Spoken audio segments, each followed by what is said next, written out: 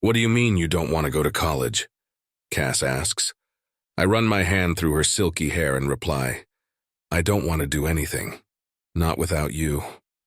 Well, I can probably get into any school that you get into, or we can do long distance if you can wait for me, she says with a smile. Of course I can, but, I say, trying to remember what the problem was. Okay, yeah, I guess I'll go to college. Local, though. I don't think I can take a day without seeing you. She smiles as she takes a sip of her coffee. We're on my porch, pretending to be adults by sipping on instant cappuccino. She takes hers with milk, almost half the cup full. I smile at her coffee-flavored milk. Our eyes meet. They glow bright with life, not like what? So did you pass your finals? I haven't taken them yet, I say. But don't worry, I'll pass them. The only class that will give me any trouble is... I trail off as I notice the color of the sky is the same as her eyes. Not similar, the exact same. Her eyes are beautiful, but not a normal sky color. The blue is too dark for this time of day. I look around. Why is the gas station across the street? What's going on? Translator module functioning, she says. Maintenance required. What? I ask. Biology, she says. That's the class that gives you trouble, right? Or is it anatomy and physiology? Oh, it's anatomy and physiology. The school got the gym teacher to do it, I reply. And he's bad at it. I look around again. We're not on my porch, we're in the road. Hey, are we supposed to be here? I ask. Of course, baby, she replies. This is where it happens. Where what happens? A thunderous crack rings out and the sky turns dark green in the blink of an eye. I panic and try to grab her hand. No one's there. I'm alone in the middle of the road. Where did she go? User interface non-functional, interdimensional energy adapter functional, personality matrix non-functional. Where's that voice coming from? What the hell is happening? Nanomechanical interface non-functional. So you think he's an orc? My eyes snap open to see a wooden ceiling. I know this ceiling, damn it, what was that dream? I sit up and see the two orcs staring at me. Nash and Yulk brothers. Nash is giving me a glare of suspicion, but Yulk is looking at me eagerly, like a child looking at Christmas presents. I'm not an orc, I said. I'm a human. No, I don't think you're an orc, Nick, Yulk said with a grin. I think you might be an ancestor of the orcs. What? Why would you think that? I asked. Well, look at the facts. You eat what we eat, you were found in our dungeon, and we are roughly the same shape. You're a bit smaller, but that's evolution for you. But I came from another world, Yulk. We don't have magic where I come from. You can't have evolved from humans unless we came from here, I said while stretching. Also, I don't just eat what you eat. I also eat fruits and vegetables. I'll be okay if you keep giving me liver, but I'm not sure what the health effects long-term will be. There was a period of silence. Both orcs looked shocked at what I had just said. I thought we had discussed that I came from another world earlier, but thinking back, I might not have made it clear. I remember telling them about trucks, but maybe I forgot to tell them we didn't have magic. You can eat vegetables? Nash asked, his hand resting on his axe. Yeah, why? The only species that can eat plants and meat that I know of is puppers, Yulk said. Even then, they either eat meat or eat plants, depending on the teeth they're born with. Everything else is either carnivorous or herbivorous. My turn to be shocked. This can't be real. Carnivores and herbivores rule this world. But the evolutionary advantage that being an omnivore grants is so massive. How did this happen? Yep, carnivorous or herbivorous. What do you even call something that eats both? Nash asked. Omnivorous, I replied. That's further proof that I come from another world. Being omnivorous isn't all that rare where I come from. Omnivorous, Yulk mumbled. I see, all-consuming. So your kind eats all the plants and animals? Pretty much, but we domesticate animals and farm plants. Plus, we're not voracious eaters. Well, not all of us, I said with a smile. I'll be damned, look at his teeth, Nash exclaimed. Yes, they look like a mix of elf and orc teeth. How exciting. Maybe you're the ancestor of both elves and orcs, Yulk said as he started bouncing. Except that doesn't make any sense. Evolution rarely takes a step backwards. Being an omnivore is much more advantageous than being either an herbivore or a carnivore, I pointed out. I don't see how, Nash said. If you've got to eat both plants and meat, what do you do when you don't have one or the other? That's a good question, Yolk said. We can eat either or.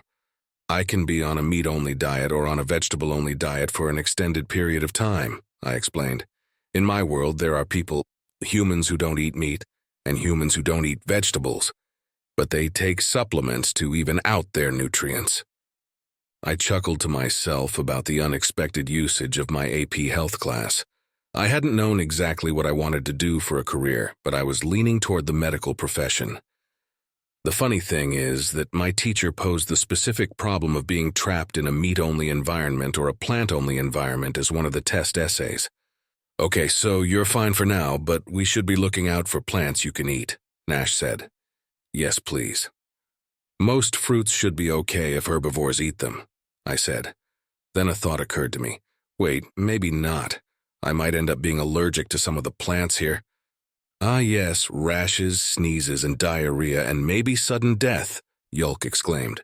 Don't worry, most allergies can be treated with magical healing. We've already determined that the healing works on you, so you don't have to worry about being cautious with food. Well, as long as you're near me. Oh, that's a relief. I was trying to remember how allergy tests worked. Healing magic sounds pretty handy. I wonder if it's replaced doctors. If magic users are common and they can all do healing, probably.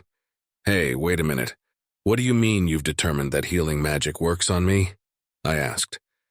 Yolk smiled wide and said, It's how we... Nash moved faster than I'd ever seen anyone move and clasped a hand over Yolk's mouth. Yolk's eyes went wild, and for a second he looked like he was going to attack Nash, but then he calmed down and nodded. Nash released his brother and looked at me. Don't worry about it, he said. I was stunned for a moment, but then guessed that I shouldn't push it. They probably used healing magic on me at some point. As for why they didn't want to admit it, I could only guess. I looked at my hand again. The scar there had shrunk. I wasn't just imagining it. That's a bit of a relief. How common is healing magic? I asked. Not very. It requires a few different things to happen for it to work properly. First, you have to be able to use magic. Not everyone can. I don't know what it's like for other races, but only about a third of our people can use it, Yolk explained. Next, you have to be able to conceptualize what the magic does. This means that you have to be able to somehow visualize the mending process of a wound. This grants you access to the healing spell, which you can use on anything you want. Finally, you have to have enough mana for the spell to heal the wound. If not, you'll pass out. Wait, so if I had a broken arm, you'd have to visualize my bone mending to be able to heal it? I asked. No, the spell works on anything once you gain the visualization. If you can visualize the mending process on skin, that will unlock the spell for you. Then you can use it on a broken arm while having no idea how the bone heals. There are people with large amounts of mana who can't visualize for shit, explained Nash. They have to have it happen to them before they can create a mental picture of it. So they usually end up with physical enhancement spells and find work as warriors. So the better your imagination, the more powerful of a mage you can be? I asked. Partly, but it's mostly your knowledge of a certain subject. For instance, if you know how fire works but don't have much imagination, you'll be able to unlock middle-tier fire spells. If you have a great imagination but a limited knowledge of fire, same thing. If you have both an intimate knowledge of how fire forms and a great imagination, you will unlock the highest tier of fire magic, Yolk said. Same with any other spell. So I probably couldn't summon a dragon then? Nash laughed and said, You could if you made it a pet and then trained it to come when you whistle. But with magic, no. People have pet dragons, I asked with a laugh. A couple of legendary heroes have been known to have dragon companions. There was a king about 300 years back who had a bunch of pet dragons, got a breeding pair and helped raise the young dragons. Had something like 15 of them, Nash replied. What happened to them? It was 17, and when he died, they ran amok, destroyed his kingdom and started in on other kingdoms before they were finally defeated. About 12 of them were killed. The rest went to live in the wilderness somewhere. They're probably still alive, Yulk answered. Still alive? I asked with shock in my voice. Yeah, dragons don't die of old age, or at least nobody has ever seen it happen. There's a dragon that's been living with elves for over 1,200 years now, Nash said. It doesn't do much, though. It's been at least 100 years since it went to sleep. The elves might have moved in after it fell asleep and built around it, Yulk said. No, they tamed the beast. This is known historical fact. I stayed silent as the brothers argued. Magic, dragons, elves, and orcs. I had definitely been transported to a fantasy realm. How? That's anyone's guess. Several feelings rushed through me at once. Excitement that I was in a magical new place to explore. Sadness at being away from Cass. Shame at my excitement. Setting those aside, I still had many questions. The most burning one, though. Do you think I could learn magic? I asked, interrupting the argument. Silence echoed through the room. The two brothers shared a look and then turned back to me. There was a long pause before Yulk finally spoke. Possibly, but not now. There's things going on that demand the chief's attention, and you aren't allowed to wander until he gives you his permission to. You're actually deeper within our village than most non-orcs are allowed, Nash explained. That's because you came from the dungeon. I don't know how the chief is going to approach this, and there may be a lot of legal things that he will need to decide upon. For instance, you were in the dungeon since before we orcs claimed it, which means you might have a legal claim to the dungeon. I doubt that, Yulk said. Otherwise, we wouldn't have been able to enter it. Not necessarily. Since he was already inside, the barrier may have counted it as an open invitation sort of thing. If that were the case, then the rest of your party would have been teleported out when he was carried out of the dungeon. Even if that weren't the case, the rescue party wouldn't have been able to go in after them. No, it's definitely an orc dungeon. What do you mean by orc dungeon? I asked. And what's this legal claim stuff? Well, you have to pay to claim a dungeon, and you can claim it for either your species or your faction. Most claim dungeons for a species because the loot changes based on who the claim is for. For instance, if you claim it for a kingdom, most of the loot is going to be food or wood or things like that. Claiming for a species can grant magical items and weapons, though, Yulk explained. Claiming for an adventuring faction grants the best loot, but then only people from that faction could use the dungeon, which is a dangerous thing politically. So kingdoms, which are the only ones who can afford the cost, usually claim for species. Yep, and the Delver's dungeon is an orc dungeon, probably, Nash said. Anyway, the chief has a lot of things on his plate at the moment, so you won't be going anywhere for a while, and neither will we. Why did your party need to be rescued? I asked Nash. We got separated. I found you instead of them. I decided to take you with me, and when I picked you up, I was teleported to the dungeon entrance. We had gone a long way inside, so I opted to carry you out and report instead of finding the others, Nash said with a hint of shame. So they're still trapped in the dungeon? We don't know if they're trapped or even in trouble, but it's been days, and they should have been back by now, Yulk explained. So the chief decided to send some over-10s in after them. Over-10s? I asked. Adventurers that are over skill level 10, Nash replied. Level?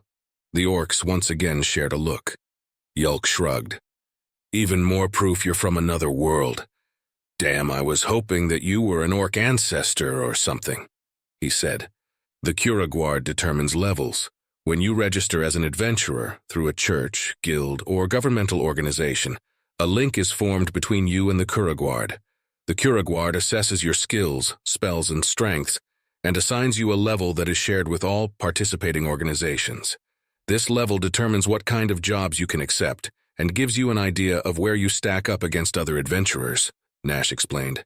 Does the Kuraguard give you skills or anything? I asked. No, Yulk said. You get skills and strength through training and practical application. You get spells through study and practice. The Kuraguard just keeps track. A soft knock at the door interrupted my interrogation of the orcs. The door opened to reveal the cute orc girl carrying another platter of food and drink. She avoided meeting eyes with me and delicately set down the new platter.